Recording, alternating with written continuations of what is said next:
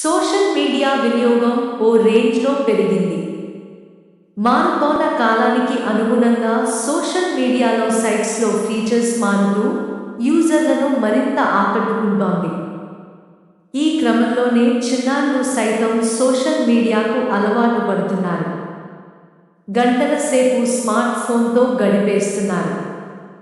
అయితే ఇదే సమయంలో అశ్లీల కంటెంట్ పెద్ద సమస్యగా మారిపోయింది. చిన్నారులకు తెలియకుండానే అడల్ట్ కంటెంట్ను చూసే పరిస్థితి వచ్చింది.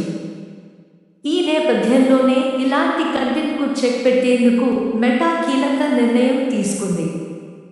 ఇకపై మెటా యాజమాన్యంలోని ఇన్స్టాగ్రామ్, ఫేస్బుక్లో సెన్సిటివ్ కంటెంట్ను చిన్నారులు చూడకుండా రక్షించడానికి కొన్ని టూల్స్కు సంబంధించిన సమాచారాన్ని తెలిపారు.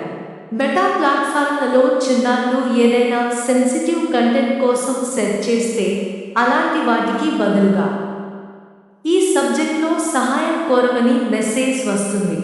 సీలెస్ సెన్సిటివ్ కంట్ అనే ఆప్షన్ను టర్న్ ఆన్ చేసుకోవడం ద్వారా చిన్నారులకు కంటెంట్ను కంట్రోల్ చేయొచ్చు.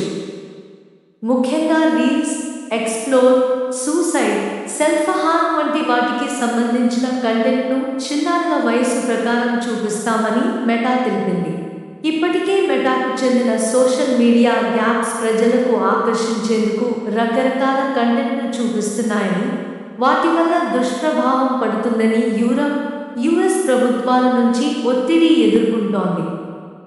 మెటా యాప్లు పిల్లల మానసిక ఆరోగ్యంపై ప్రతికూల ప్రభావం చూపుతున్నాయని ఈయూ తెలిపింది. గత ఏడాది అక్టోబర్లో కాలిఫోర్నియా, న్యూయార్క్తో సహా 33 అమెరికా రాష్ట్రాలకు చెందిన అటార్నీ జనరల్లు కంపెనీపై దావా వేశారు. మెటా కంటెంట్కు సంబంధించి పలు దేశాల ప్రభుత్వాల నుంచి నిరంతరం ఒత్తిడిని ఎదుర్కొంటోంది. ఇందులో భాగంగానే ఈ కొత్త టూల్స్ను మెటా ప్రవేశపెట్టింది.